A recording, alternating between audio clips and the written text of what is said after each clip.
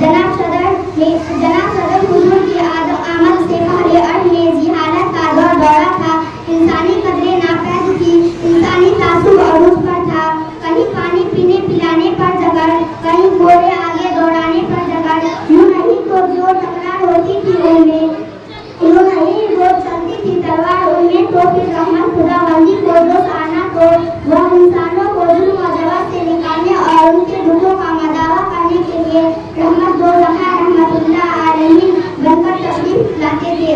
और साथ में इरशाद बारी ताला है, वमा अरसलनाका रहमतुल आलमीन, हमने आपको तमाम जहानों के लिए रहमत बना कर भेजा। जनाब सदर मेरे नबी सखावत में सबसे ज्यादा सखी थे, मेरे नबी जरूरत में सबसे ज्यादा बहादुर थे, मेरे नबी बोलने में सबसे ज्यादा सटीक थे। वो हमेशा सच बोलते थे और सच बोलने वाले लोगों का साथ देते थे, वह लोगों की मदद किया करते थे। जो कोई भी मेरे नबी को देखता था ना वह मजबूत हो पाता